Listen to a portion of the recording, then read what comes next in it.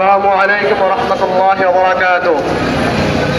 আবু সাঈদ মুগ্ধ, শেষ হয়নি যুদ্ধ। নাহমাদুহু ওয়া নুসাল্লি আলা রাসূলিহিল কারীম, আম্মা বা'দ।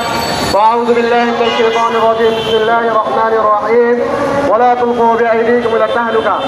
ইসলামী ছাত্র আন্দোলন বাংলাদেশ ঢাকা মহানগর আয়োজিত আজকের বিক্ষোভ মিছিল পূর্ব সমাবেশে উপস্থিত ঢাকা মহানগরের বিভিন্ন ওয়ার্ড ইউনিট ক্যাম্পাস থেকে আগত সহযোদ্ধা বন্ধুগণ, সকলকে জানাই ঢাকা মহানগর উত্তর ছাত্র আন্দোলনের পক্ষ থেকে বিপ্লবী শুভেচ্ছা ও অভিনন্দন।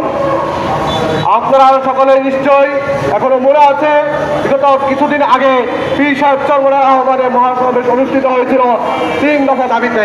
সেই 3 দফা দাবি বাস্তবায়ন করা কতটা যুক্তিপূর্ণ, কতটা বাস্তবিক, কতটা আবশ্যক, সেটা চলমান পরিস্থিতি আমাদেরকে চোখে আঙ্গুল দিয়ে দেখিয়ে দিয়েছে।